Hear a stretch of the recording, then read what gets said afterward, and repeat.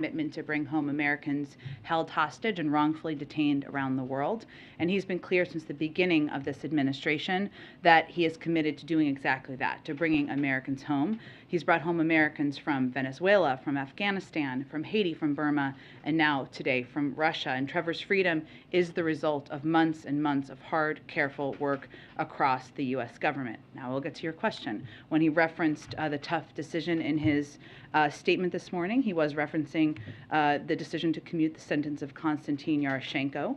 I would emphasize that this individual had already served the majority of his prison sentence for a nonviolent drug crime, and our overriding priority here was the safe return of Trevor Reed, knowing not only had he been held against his will for too long, but that his health condition required urgent treatment. He's going to be able to not only be reunited with his family, but to receive the treatment he needed from the United States.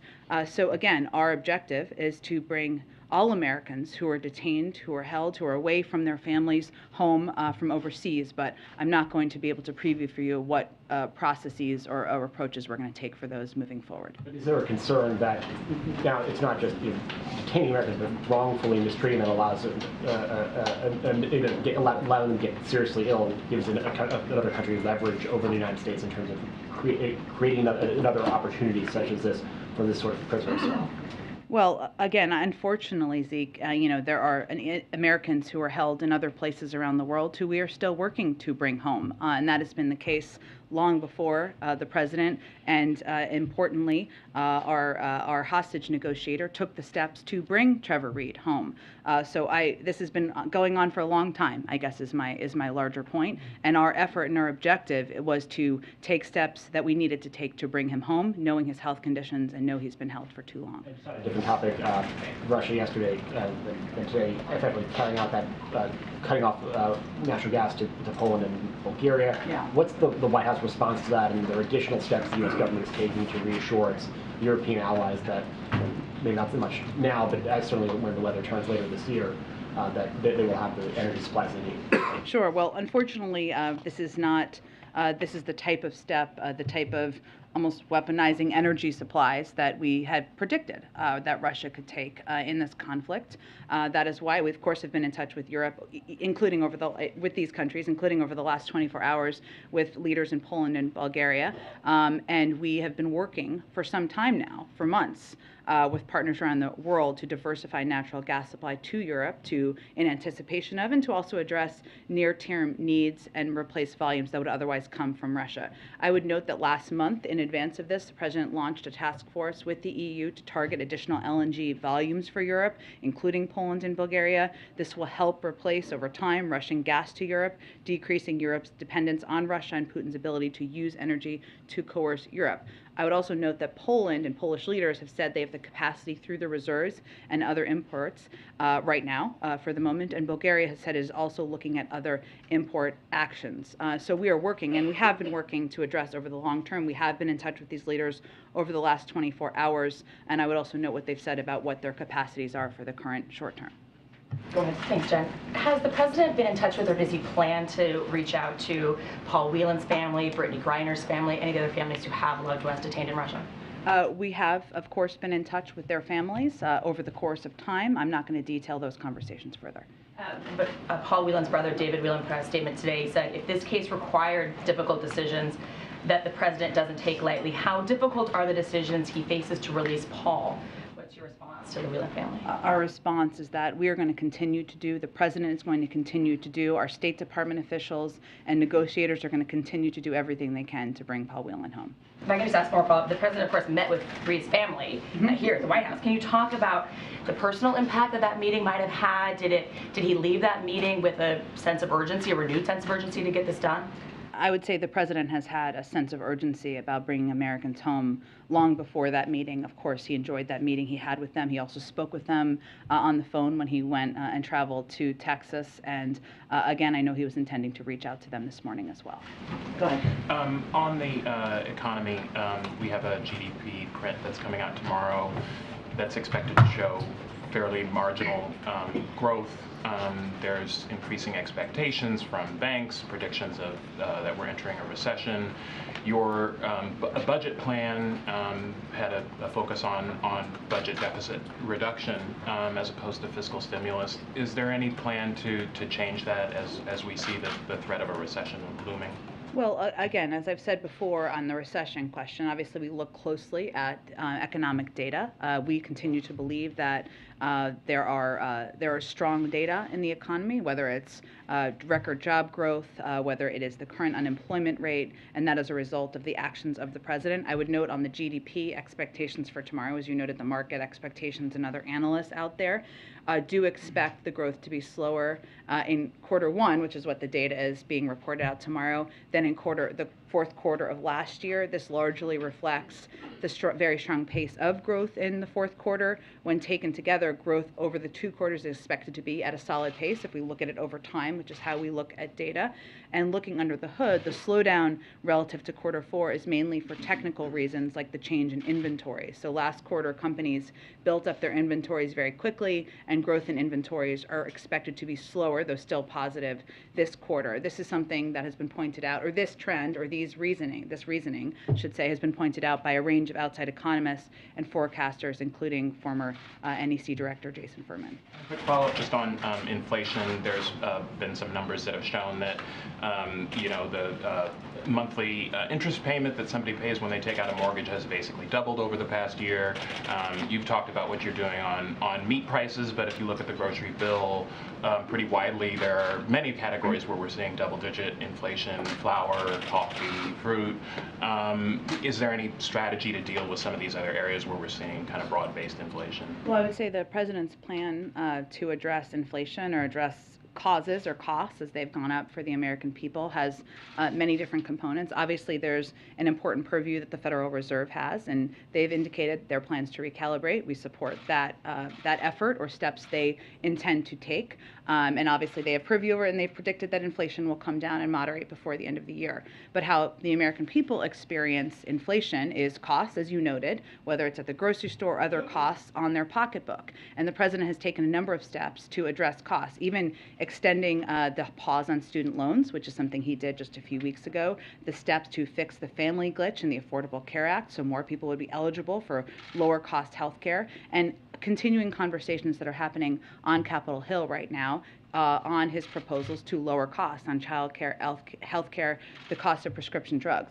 These are all areas that impact and will help families as we're working to bring costs down.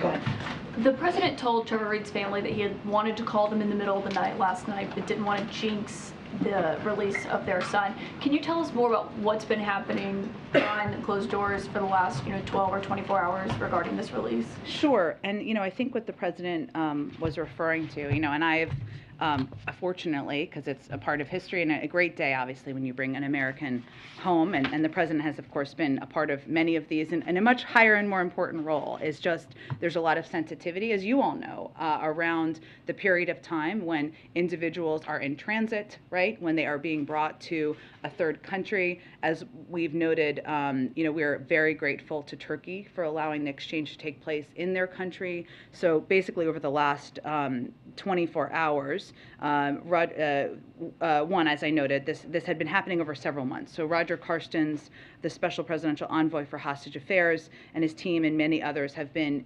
negotiating and engaging in this, and the exchange took place in Turkey during the early hours of the morning East Coast time. So I think what the president was referring to was his understanding and knowledge that that would be happening, but not wanting to put anyone in a position of putting that at risk, even people who are excited and joyful and looking forward to the news. Then once they got to Turkey and they were safely on a plane on their way back, we were able to obviously make notifications and phone calls and also put out the statement from the president to make all of you aware. Were any other conditions agreed to for Trevor Reed's release besides the release of this Russian?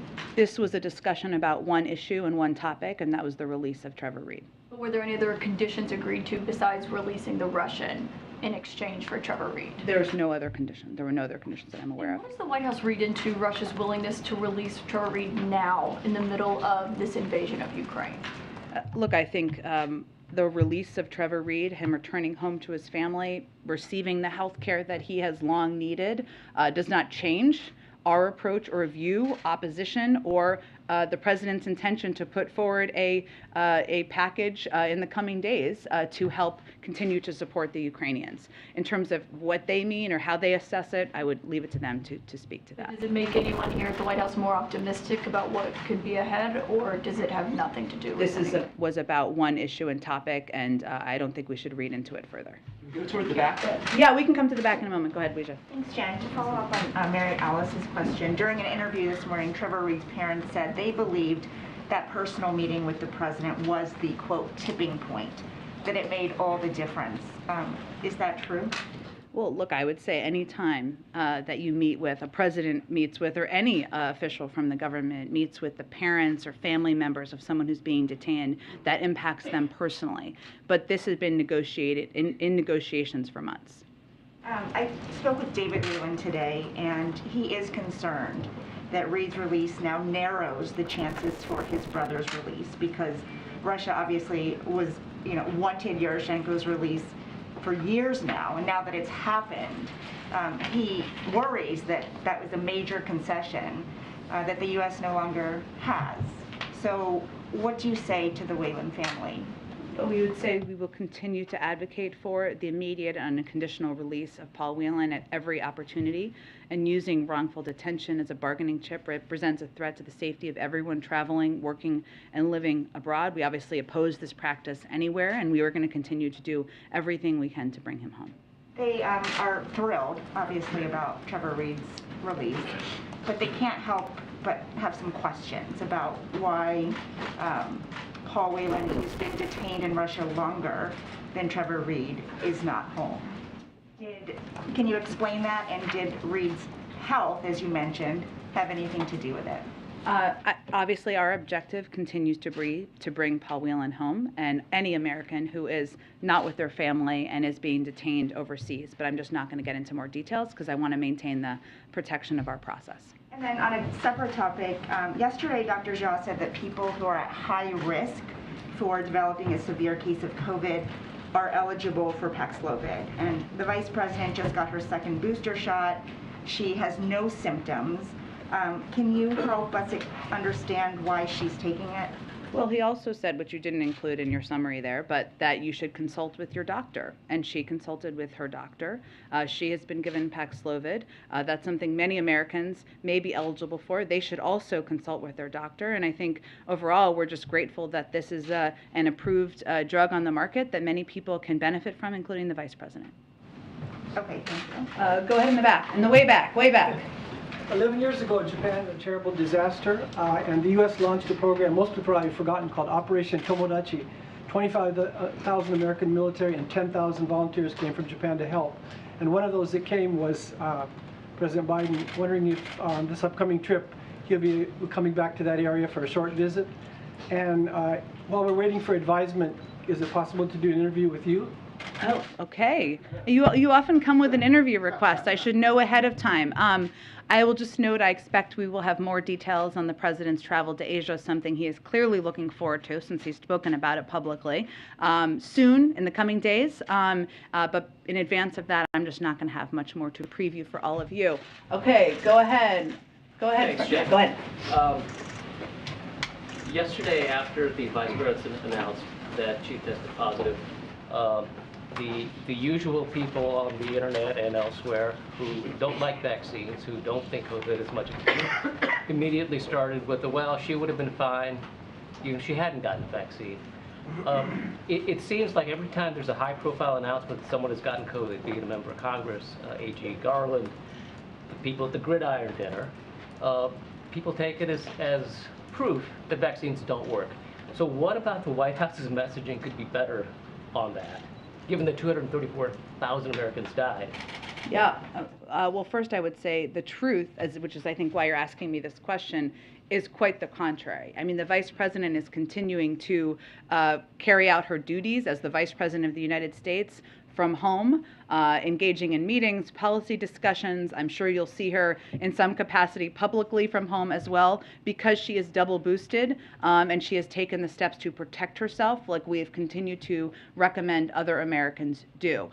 So I would note that while the vaccine, the reason to take the vaccine is, of course, because it can protect you from severe death, from severe illness, severe death, that was a little intense how I said that, from death or severe illness, and by multitudes of numbers. We are going to continue, and if you're eligible for a booster, as she was, as the president was, we recommend you get that for a second booster, because it can put you in a position where even if you get COVID, you're able to still not experience minimal symptoms or no symptoms like the vice president has been, and to continue to go about daily life the best you can while you're quarantining.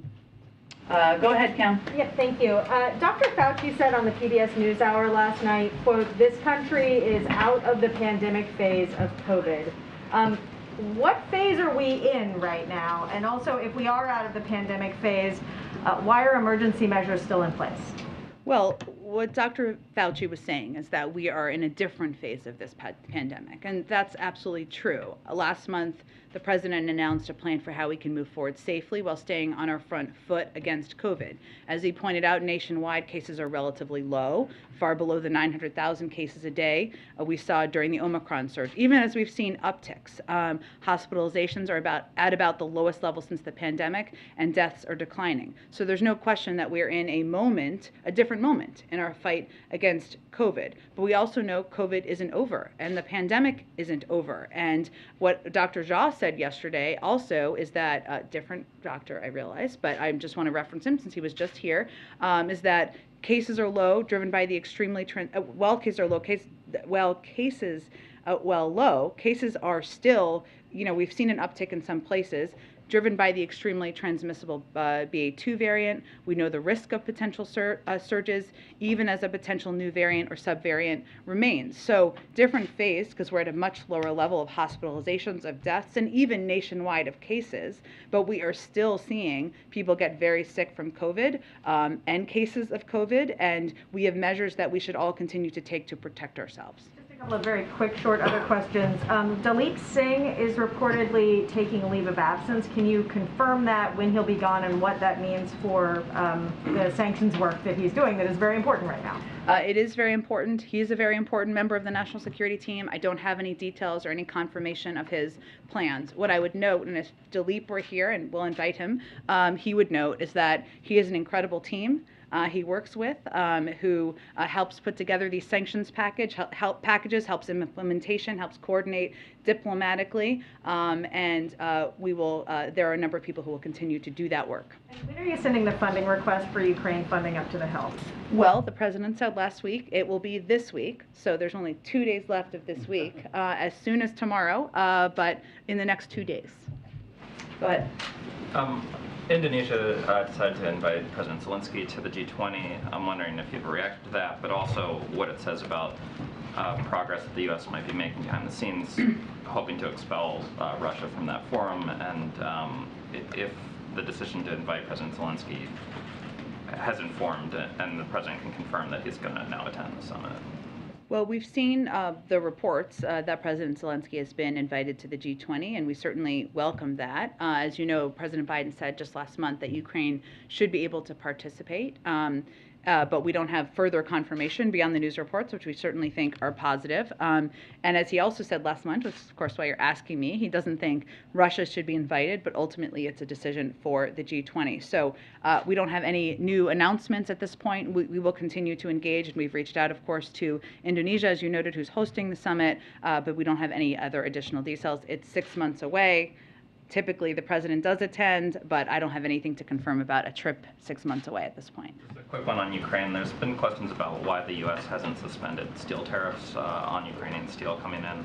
Do you have any information about why we've maintained those tariffs? Sure.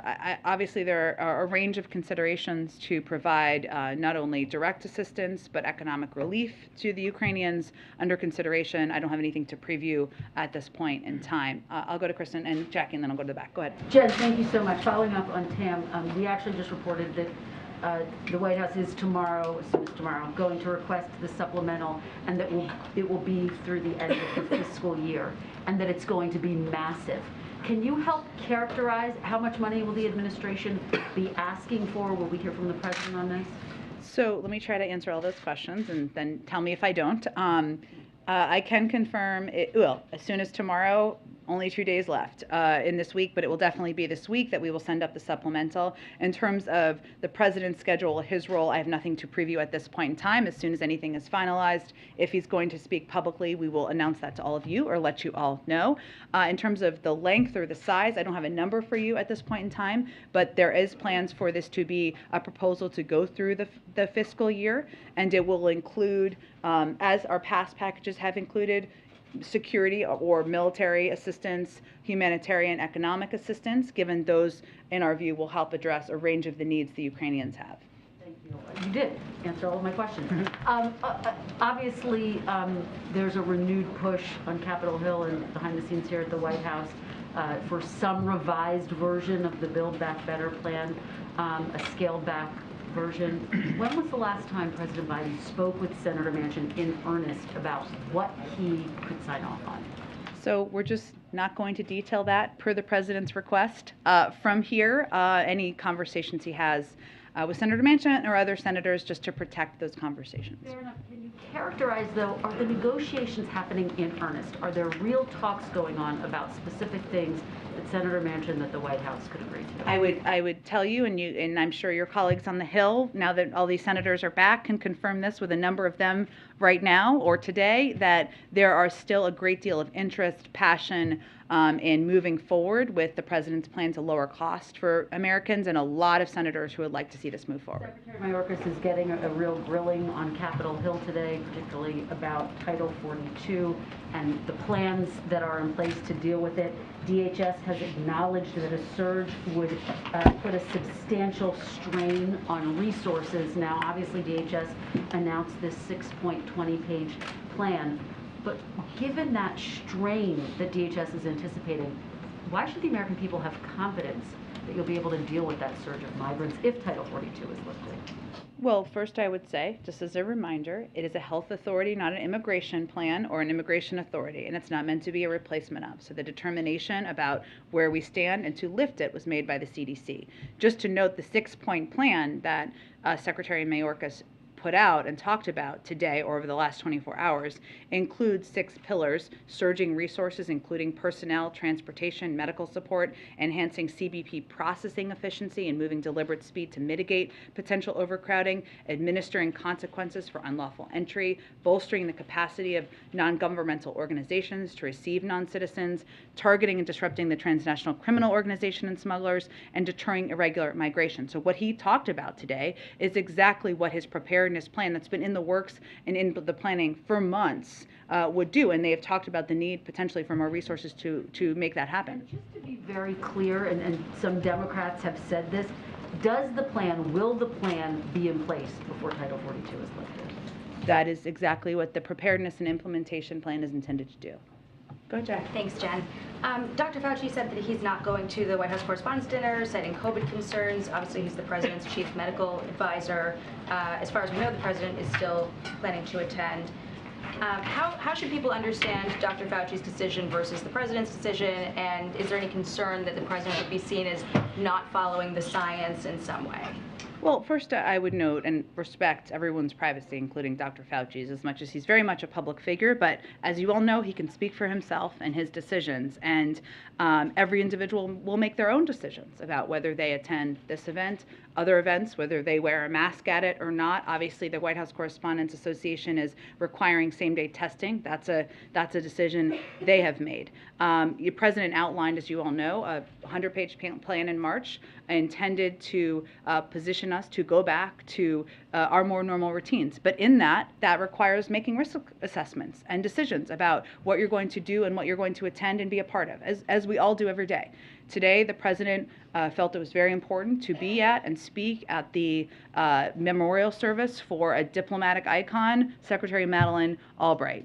He made the decision to do that despite the fact that there were hundreds, if not thousands, of people there. He has made the decision he wants to attend in a safe way the White House Correspondents' Dinner to show his support, showcase his support for the free press, for the work of all of you, for the work of your colleagues around the world, to not only share accurate information about COVID, but also report on the war in Ukraine, and all of the work that happens every single day. That does stand in stark contrast to his predecessor, who not only questioned the legitimacy of the press on a nearly daily basis, but also never attended the dinner, I don't believe. So he felt that was important and made a risk assessment to do that in consultation with his doctors and healthcare team. I would note that we also take additional precautions and steps. I would expect that he may wear a mask when he's not speaking. I'll wear a mask when I'm at the dinner in all likelihood. And we also took steps, including the fact that he's not attending for the eating portion of the dinner, and he'll be there for the program, which includes a number of speakers, the presentation of scholarships, as you know, and of course, his speaking and his roasting, where he will be on the menu, as he likes to say, when Trevor Noah is speaking. So, just like anything, it's a risk assessment and a decision he made on a personal basis. Thank you. And I want to ask a few questions on Title 42, but real quick, I want to take another stab at a question I tried yesterday. You answered the first part of it. We've heard the president say over and over again that he has never spoken to his son about his business dealings. Has he ever spoken to his son's business partners about his son's business dealings? Again, nothing has changed about what I said yesterday. The president does not get involved in the business dealings of his son. Even through his son's business partners? Nothing has changed since what I said yesterday. Okay. I don't believe you answered that part of my question yesterday. He's not involved in his son's business dealings. On Title 42, Mayorkas detailed this 6-point plan. Part of it involves sending health care providers from the VA. He was asked about this on the Hill today. He said that it's necessary, that this interagency effort is necessary, but is it appropriate to be taking resources away from the VA to help with a surge at the border?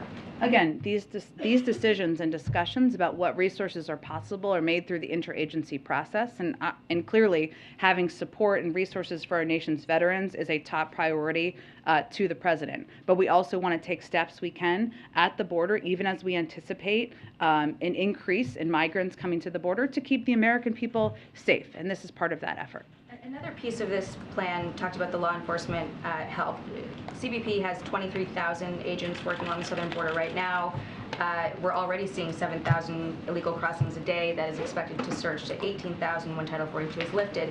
So how does adding 600 law enforcement officers make a dent in that?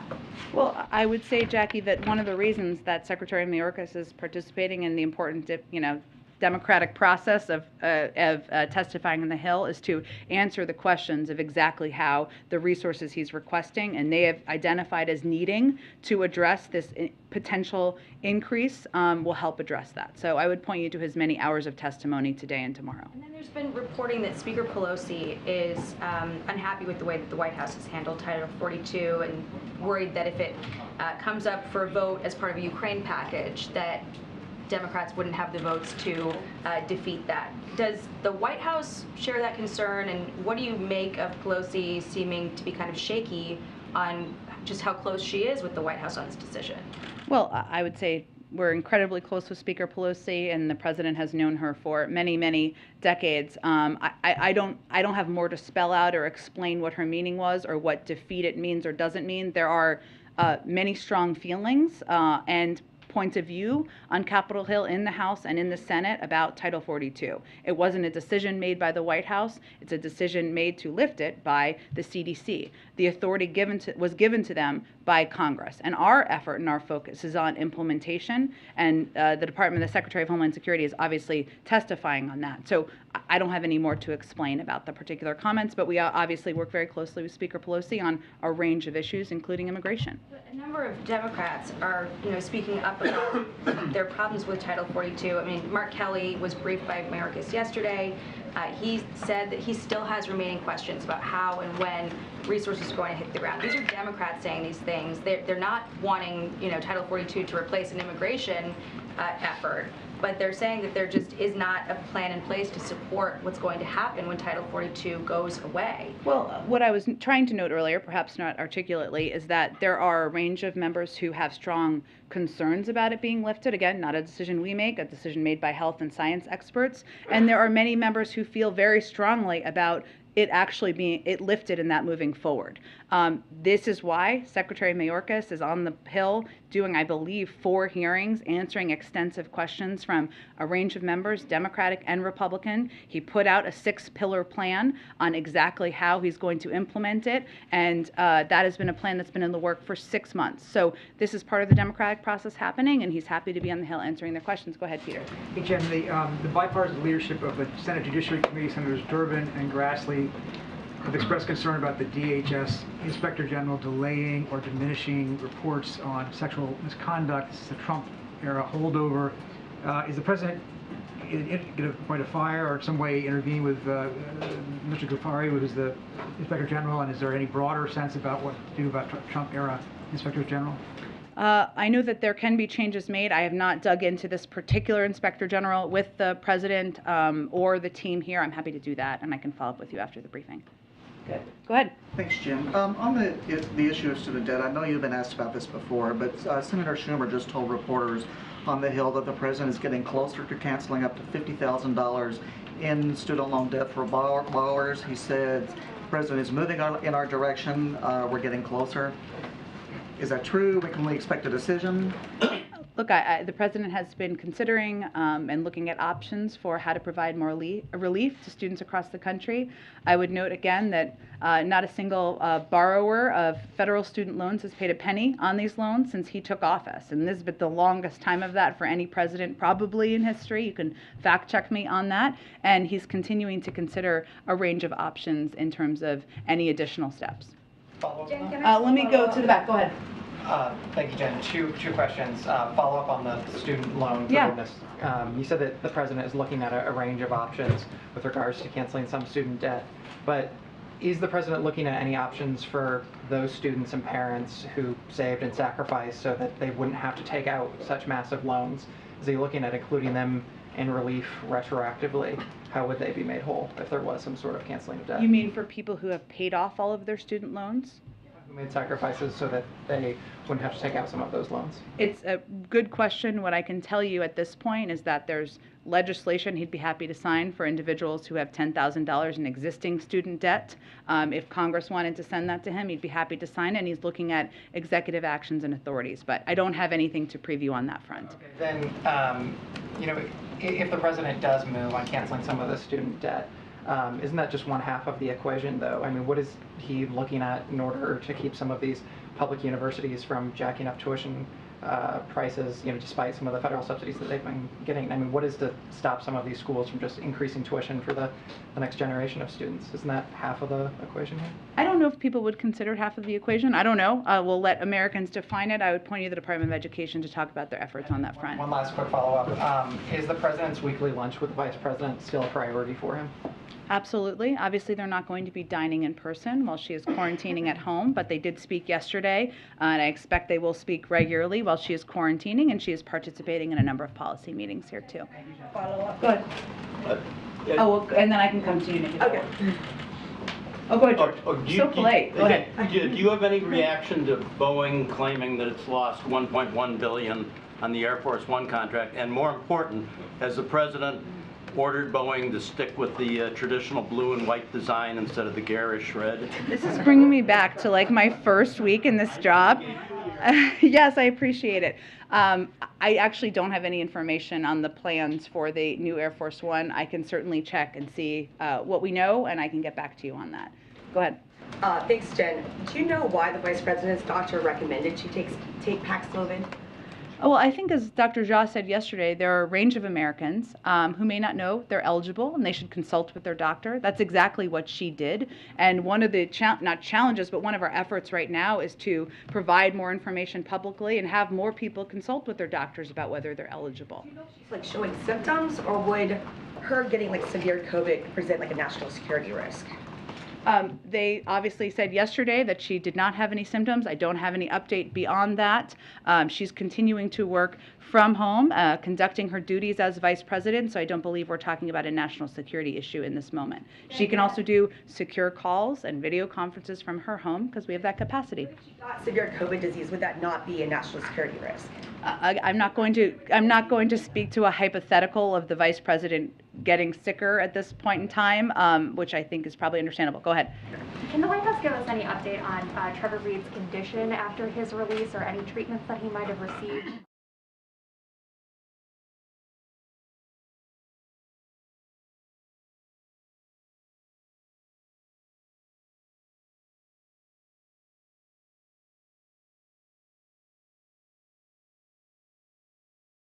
Ukraine consultative, defense consultative meeting.